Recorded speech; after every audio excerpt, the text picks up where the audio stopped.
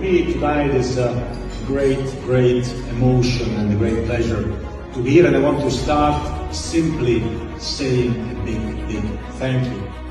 Thank you for those who are contributing to make the World Cup something incredible.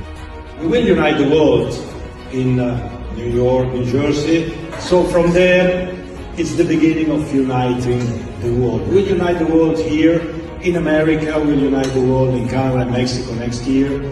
We love America, so we decided let's create this new competition, Club World Cup. 32 best teams, club teams in the world, will play here to crown, for the first time in history, the very first World Club champion.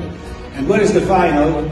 Well, of course, in New York, New Jersey, MetLife Stadium.